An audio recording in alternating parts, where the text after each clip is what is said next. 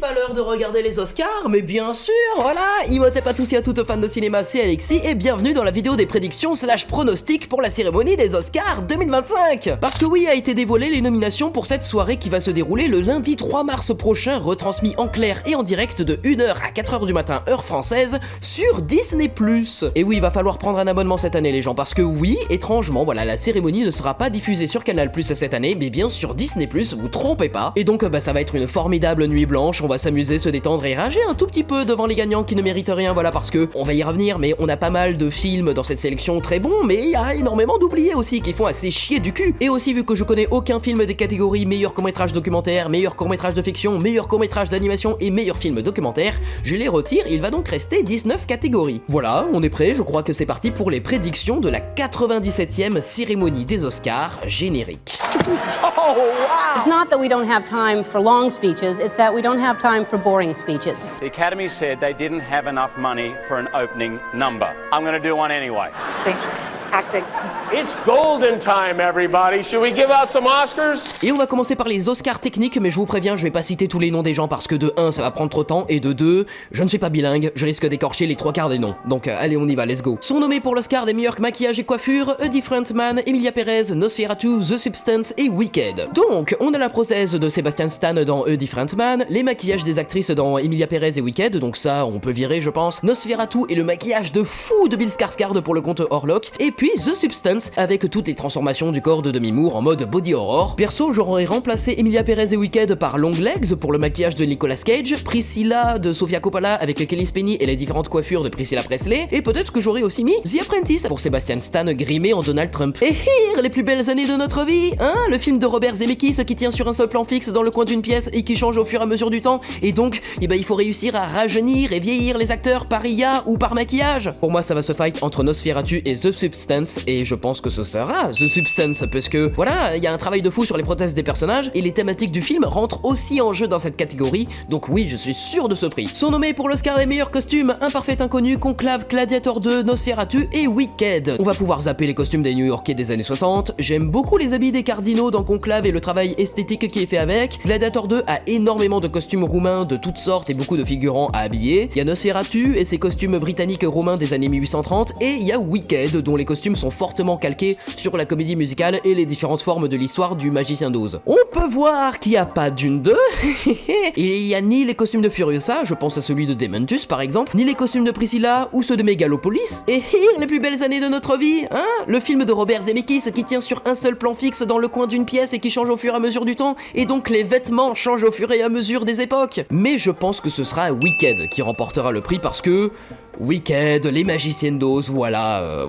Sont nommés pour l'Oscar des meilleurs décors, The Brutalist, Conclave d'une deuxième partie, Nosferatu et Wicked. The Brutalist avec les designs architecturaux, Conclave avec cette salle de vote, Dune 2 avec Arrakis et ses déserts, Jedha Prime et sa planète esthétique noir et blanc, Nosferatu et son village britannique en proie à la figure du vampire, et il y a Wicked avec le pays d'Oz, aussi avec l'université de Cheese et ensuite la cité d'Emeraude. Le seul truc que je me demande, c'est pourquoi faire l'impasse sur les décors furieux de Furiosa, ceux de Gladiator 2 aussi qui étaient beaucoup plus bluffants que le premier film, il y a les décors de Civil War et de la planète des singes, et en prenant du cinéma chinois, on aurait pu avoir aussi les décors de City of Darkness parce que voilà, ça sert à l'histoire et à ses thématiques. Et les plus belles années de notre vie, hein, le film de Robert Zemeckis qui tient sur un seul plan fixe dans le coin d'une pièce et qui change au fur et à mesure à travers le temps, et donc les décors changent eux aussi au fur et à mesure des époques. Et j'ai pas aimé du tout, mais ok, il y a des décors de fou dans Megalopolis et Joker 2. Alors, je pense que c'est Dune 2 qui pourrait l'avoir et qui devrait l'avoir, mais je pense que Wicked va créer la surprise et remporter le prix. Si ça se trouve, je me plante bêtement sur un prix ultra prévisible, hein, mais voilà, pour moi,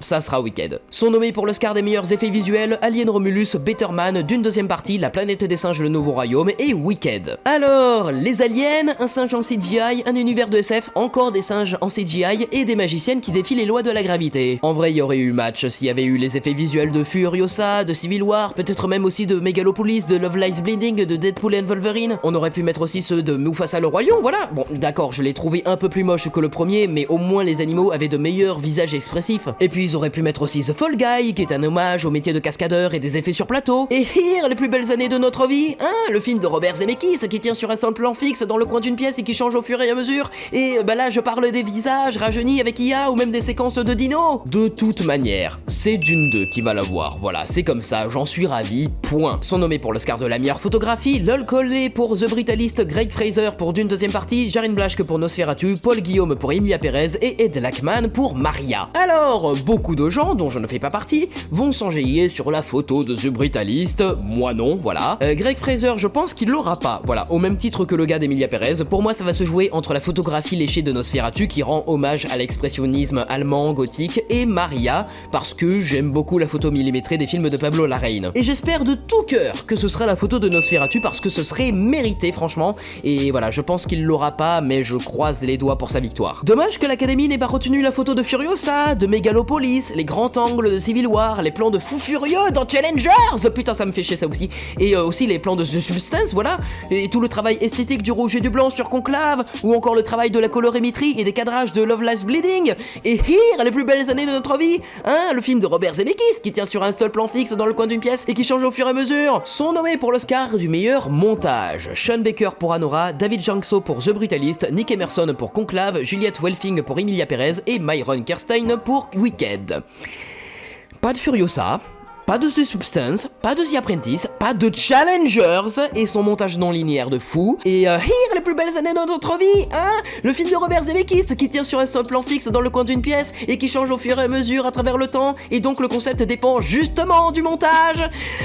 Ah putain, ça me fait chier d'avoir toujours les mêmes, et promis j'arrête avec Here, d'accord? Et bon bah j'ai bien aimé le montage thriller de Conclave forcément, mais ça va être The Brutalist qui l'aura. Je pense que c'est vraiment le seul qui s'écarte un peu de la mêlée pour moi, surtout avec cette idée d'entracte de 15 minutes au milieu de ce film de 3h30 séparé en 2 chapitres. Sont nommés pour l'Oscar du meilleur son, Un parfait inconnu, Dune deuxième partie, Emilia Pérez, Wicked et Le robot sauvage. Alors, meilleur son veut généralement dire soit on récompense les comédies musicales, soit on récompense les biopics musicaux. Mais vous savez quoi? Je vais aller à contre-courant et décider que entre Dune 2 et Le robot sauvage, je pense que l'Académie récompensera Dune 2, mais je voudrais sincèrement que ce soit Le robot sauvage. Et je vais mettre mon veto dessus, d'accord? Voilà, je pense que par les bruits de la nature sur cette île, les petits bip bip boop du robot, bien sûr, voilà, je pense que c'est Le robot sauvage. Et puis bon, pour équilibrer la compète, il aurait peut-être fallu avoir la présence de Furiosa, de Civil War, puisque film de guerre comme Lee Miller. Pourquoi est-ce qu'il n'y a pas le film d'animation Flow, qui est un film muet et repose donc que sur ses bruitages? C'est fou de ne pas y avoir pensé. Pareil pour The Substance, et le son des changements physiques des personnages, et vraiment pas que. Ouais, vraiment très déçu par cette catégorie. Sont nommés pour l'Oscar de la meilleure chanson originale, Never Too Late, interprété par Elton John et Brandi Carlile dans Elton John Never Too Late, El Mal, interprété par Zoé Saldana, Carla Sofia Gascon et Camille dans Emilia Pérez, Mi Camino, interprété par Selena Gomez dans Emilia Pérez, Like a Bird, interprété par Adrian Quesada et Abraham Alexander dans Sing Sing, et The Journey, interprété par Her dans Messagère de guerre sur Netflix. Notez qu'il y a aucune chanson de Vaiana 2, voilà, c'est vraiment pas du tout la bonne année pour Disney, ils le savent bien, même si ça a été un succès. Pareil pour Joker 2, totalement oublié de la compète, dommage qu'il n'y ait pas la nouvelle chanson de Pharrell Williams pour Moi Moche et Méchant 4, là, Double Life. Et maintenant, alors, avec les sauces que se sont pris Emilia Pérez, je le vois beaucoup plus difficilement remporter la statuette, mais je connais aucune autre chanson là-dedans, je verrais peut-être Sing Sing l'avoir, mais en vrai, El Mal est super cool, et même la mise en scène de la chanson est classe, donc bah je vais rester là-dessus. Un truc très chiant cette année aussi, voilà, je voulais vous en parler, d'habitude les artistes viennent sur scène chanter les chansons nommées pendant la cérémonie, et cette année, ils vont pas le faire. D'année en année, ils retirent certains trucs, ils le mettent en off, voilà, et là, cette année, ils vont pas faire les chansons interprétées par les artistes. Ça fait très chier quand même. Mais bon, du coup, ça veut dire qu'on aurait eu Carla Sofia Gascon qui aurait chanté sur scène, bon, ça aurait pas été génial non plus, mais voilà, un peu déçu, mais bon, de toute façon, rien n'aurait pu égaler I'm Just Ken de l'année dernière. Sont nommés pour l'Oscar de la meilleure musique originale, Daniel Blumberg pour The Brutalist, Volker Bertelmann pour Conclave, Clément Ducol et Camille pour Emilia Pérez, John Powell et Stephen Schwartz pour Wicked, et Chris Bowers pour Le robot sauvage. Alors là, oh, je vais me foutre en rogne. Oh oui, je suis très en colère.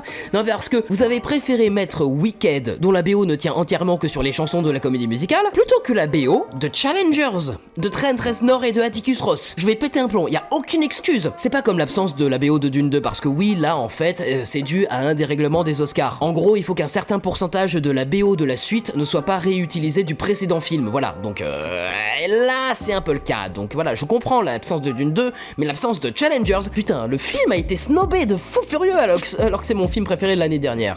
ça me fait chier. Je regarde la catégorie, là, je me dis que Challengers aurait pu grave gagner. Bon, mon vote de cœur sera Conclave, le vrai vote de l'Académie sera pour Wicked, je le sens venir à 2000 km, mais j'ai envie de tenter une prédiction sur le robot sauvage, parce que la partition musicale de Chris Bowers est très belle. Donc voilà, pour moi, le robot sauvage peut créer la surprise, je vois pas du tout The Brutalist et Emilia Pérez le gagner. Sont nommés pour l'Oscar du meilleur film étranger, Je suis toujours là, réalisé par Walter Sall pour le Brésil, La jeune femme et l'aiguille, réalisé par Magnus von Horn pour le Danemark, Emilia Pérez, réalisé par Jacques Audiard pour la France, Les graines du figuier sauvage, réalisé par Mohamed Rassoulov pour l'Allemagne, et Flo le chat qui n'avait plus peur de l'eau, réalisé par Glins Zilbalodis pour la Lettonie. Je n'ai pas vu les deux premiers, donc je pourrais pas dire, surtout que le deuxième n'est même pas encore sorti chez nous, et voilà, beaucoup pensent à la victoire de Emilia Pérez, mais j'ai envie de prendre le pari que ce sera Je suis toujours là, voilà, parce que, voilà, il faudrait quand même que ce film remporte quand même quelque chose, et je pense sincèrement que Flo pourrait créer la surprise, voilà, franchement s'il gagne, je serais ultra content, mais je vais rester sur Je suis toujours là. Sont nommés pour l'Oscar du meilleur film d'animation, Flo le chat qui n'avait plus peur de l'eau, réalisé par Glins Zilbalodis, Vice Versa 2, réalisé par Kelsey Mann et Mark Nielsen, Mémoire d'un escargot, réalisé par Adam Elliott et Liz Kearney, Wallace et Gromit, La palme de la vengeance, réalisé par Nick Park et Merlin Grossingham, et Le robot sauvage, réalisé par Chris Sanders et Jeff Herman. Compliqué tout ça, voilà. Bon, déjà,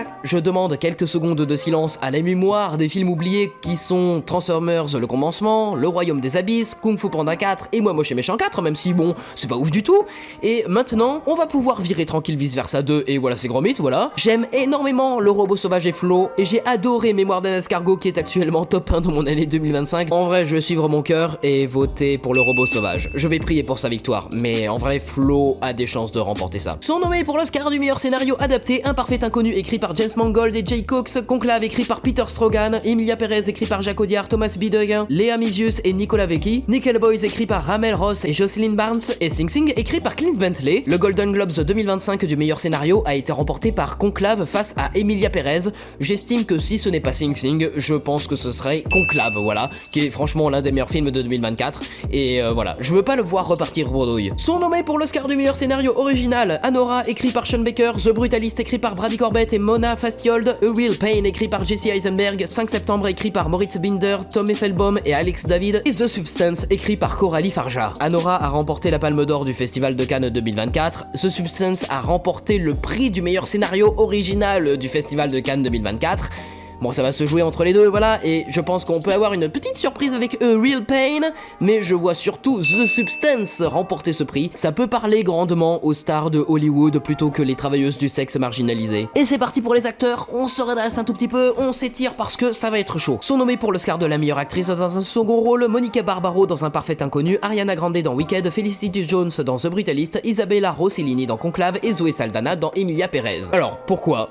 Franchement, pourquoi avoir mis Isabella Rossellini, qui est vraiment pas si mémorable que ça dans le film, plutôt que Margaret Qualley dans The Substance? Voilà, pourquoi? Et sinon, j'ai un choix à faire, voilà. Je laisse tomber Ariana Grande, j'ai bien aimé l'interprétation de Monica Barbaro, mais ça se jouera entre la sublime Felicity Jones et Zoé Saldana. On a tellement parlé de sa performance dans Emilia Pérez, pour moi, c'est Zoé Saldana qui remportera le prix, même si au fond de moi, je le décernerai plutôt en vrai à la performance de Felicity Jones, voilà, qui était ultra touchante dans The Brutalist. Sont nommés pour l'Oscar du meilleur acteur dans un second rôle, Yura Borisov dans Anora, Kieran Culkin dans A Real Pain, Edward Norton dans Un parfait inconnu, Guy Pearce dans The Brutalist et Jeremy Strong dans The Apprentice. Alors la catégorie se tient totalement, mais j'aurais bien voulu voir Nicholas Hoult, Aaron Taylor Johnson ou Willem Dafoe pour Nosferatu, j'aurais bien voulu voir aussi Denzel Washington pour son rôle de Gladiator 2, qui est vraiment l'acteur qui se démarque le plus du film et qu'on retient en fin de film. Mais bon, voilà, on va se mettre d'accord tout de suite, c'est Kieran Culkin qui va l'avoir, hein, voilà, je pense que c'est un peu obvious vu les prix qu'il a déjà remportés dans les précédentes cérémonies, et voilà, surtout qu'il avait remporté le prix au Golden Globes 2025. On peut avoir peut-être une surprise pour Guy Pearce ou Jeremy Strong quand même, mais ce sera Kieran Culkin, voilà,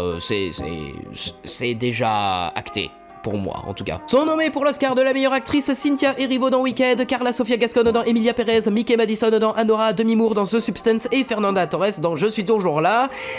Alors, ça fait assez mal de ne pas voir Saoirse Ronan dans The Outrun, Lily Rose Depp dans Nosferatu, Neil Tiger-Free dans La Malédiction l'origine, Kate Winslet dans Les Miller, Zendaya dans Challengers, Anya Taylor-Joy dans Furiosa, Florence Pugh dans L'amour au présent, ou Angelina Jolie pour Maria. Alors par contre ça c'est fou quand même. Mais les nommés de la catégorie se tiennent quand même. Voilà, sauf pour Carla Sofia Gascon, hein, qui depuis s'est pris une sacrée sauce avec des tweets d'elle qui sont ressortis, des tweets racistes, homophobes, islamophobes, anti-vax, où elle défendait Hitler, insultait ses collègues comédiens comédienne faisait du body shaming sur des stars, a participé à une campagne anti-George Floyd, etc., etc.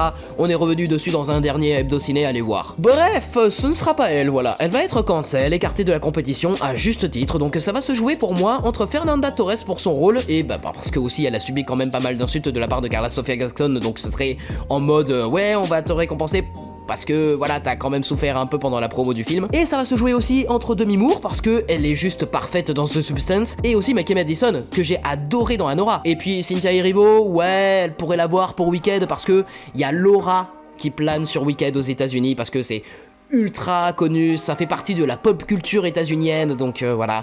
Mais je pars sur Demi Moore. Voilà, je pars sur Demi Moore. Ça me ferait énormément plaisir que Mickey Madison l'emporte, mais pour moi, voilà, c'est Demi Moore, il faut qu'elle l'ait, ça enverrait un beau message pour les actrices qui ne pensent plus être assez jeunes pour pouvoir jouer certains rôles et qui font quand même un comeback de fou furieux dans un film absolument dingue. Et voilà. Franchement, ce serait trop bien de Demi Moore. Sont nommés pour l'Oscar du meilleur acteur Adrien Brody dans The Brutalist, Timothée Chalamet dans Imparfait Inconnu, Colman Domingo dans Sing Sing, Ralph Fiennes dans Conclave et Sebastian Stan dans The Apprentice. Et ont été snobés dans cette catégorie Daniel Craig dans Queer, Andrew Garfield dans L'amour au présent, Nicolas Hoult dans Jury numéro 2, Chris Hemsworth dans Furiosa, Bill Skarsgård dans Nosferatu, Paul Mescal dans Gladiator 2, même Adam Driver dans Megalopolis. Bon, ça va se jouer entre Colman Domingo et Adrien Brody, et je pense que ce sera lui qui remportera le prix. Voilà, Adrien Brody le mérite pour The Brutalist. Et en fait, je pense que beaucoup vont dire aussi Timothée Chalamet, mais comme Mickey Madison, je pense qu'il est un peu trop jeune pour recevoir direct un Oscar du meilleur acteur. Surtout que bon, la performance de Timothée Chalamet dans Imparfait Inconnu, c'est pas vraiment ce qui nous retient en tête, quoi. Et c'est parti pour les deux derniers prix, let's go. Sont nommés pour l'Oscar de la meilleure réalisation Sean Baker pour Anora, Brady Corbett pour The Brutalist, James Mangold pour Imparfait Inconnu, Jack Audiard pour Emilia Perez et Coralie Farja pour The Substance. Alors, c'est assez couillu de votre part d'avoir snobé Denis Villeneuve dans cette catégorie, voilà, hein, sérieusement. Et pourquoi aussi vous avez snobé Luca Guadagnino, que ce soit pour Queer ou Challengers? Cependant, Brady Corbett a remporté le Lion d'Argent à la Mostra de Venise 2024 et qui est le prix de la mise en scène, donc ce n'est pas rien, et je pense que la statuette repartira donc à The Brutalist, voilà. Et bien que ce serait incroyable de voir Coralie Farja l'obtenir, bah oui, parce que Cocorico, la France toujours incroyable un an après Anatomie d'une chute, hein, bien sûr. Et enfin, sont nommés pour l'Oscar du meilleur film Anora, réalisé par Sean Baker, The Brutalist, réalisé par Brady Corbett, Imparfait Inconnu, réalisé par James Mangold, Conclave, réalisé par Édouard Berger, d'une deuxième partie, réalisé par Denis Villeneuve, Emilia Perez, réalisé par Jacques Audiard, Je suis toujours là, réalisé par Walter Sall, Nickel Boys, réalisé par Ram Melrose, ça je sais pas du tout d'où ça sort, The Substance, réalisé par Coralie Farja, et Wicked, réalisé par John Chu. Et avant de trouver le champion, franchement, on ferait peut-être un petit appel des troupes au niveau polémique. Emilia Perez, avec sa réception au Mexique, les critiques qui l'ont vu comme un film transphobe, ou encore les propos de Jacques Audiard et de Carla Sofia Gascon. The Brutalist, avec les voix des acteurs modifiées par IA pour avoir un meilleur rendu des accents. Conclave, avec la fin du film qui n'a pas plu à certains, alors que bon, la fin est excellente. Wicked, avec la polémique de l'affiche modifiée par rapport à celle de la comédie musicale, des modifications par les fans qui ont fait réagir un peu Cynthia Erivo. Et enfin Anora, avec l'absence de coordinateur d'intimité sur le tournage, à la demande de Mickey Madison et Sean Baker, mais sans avoir consulté évidemment l'équipe technique autour, voilà, qui eux auraient pu ressentir le besoin d'en avoir un au cas où, voilà, parce que ça aurait été leur droit tout simplement. Bref, c'est plus une compétition à celui qui n'aura pas de polémique au cul, mais bon voilà, malgré ça, c'est dur de les départager, et même si mon cœur balance sur d'autres films, je vais croire en la victoire de The Brutalist, comme pour les Golden Globes, voilà. Bon bah voilà, comme d'habitude, une plutôt bonne sélection, même si j'aurais aimé voir d'autres films et d'autres personnes, voilà. Évidemment, Furiosa, Long Legs, Civil War et I Saw the TV Glow pour les prix techniques. Pourquoi pas Baby Girl avec Nicole Kidman en meilleure actrice. Il y a le dernier Clint Eastwood de jury numéro 2 là, pour scénario et la performance de Nicolas Hoult, il a été snobé aussi. Il y a L'amour au présent pour son montage et pour le fantastique jeu d'Andrew Garfield de Florence Pugh. Il y a aussi Transformers One pour l'animation, enfin voilà quoi, énormément de choses. Et puis forcément, je pense au snobisme d'une partie 2 et de Challengers. Voilà, mon film préféré qui passe à la trappe, surtout pour la meilleure BO, quoi, ça me fait très chier. Mais bon voilà, c'est le jeu, voilà, chaque année c'est la même chose, on va s'y faire avec le temps. Et voilà, c'est la fin de cette vidéo, j'espère qu'elle vous aura plu, et si c'est le cas, vous savez quoi faire. Vous pouvez la liker, la commenter, la partager autour de vous. N'oubliez pas aussi de vous abonner pour être au courant de mes futures vidéos, et suivez-moi sur les réseaux sociaux, tous les liens sont en description, mais je vous conseille surtout de venir sur Instagram, X, Sens Critique et Letterboxd, et on va se donner rendez-vous très bientôt pour la vidéo débrief des Césars et des Oscars, et à très vite pour parler à nouveau de cinéma. C'est une fin de tournage coupée. Arrêtez, Jean, c'est fini. On chante, on danse, on tchatche, on s'embrasse, on rentre à la maison, elle est pas belle la vie. Fin. Ok, bonne nuit. Ah, j'espère que ça va pas durer longtemps, je vais être en retard, moi. Mais c'est pas possible, ça, j'ai pas envie de participer. Et puis en plus, je sens que ce soir, je vais conclure. Restez à l'écoute.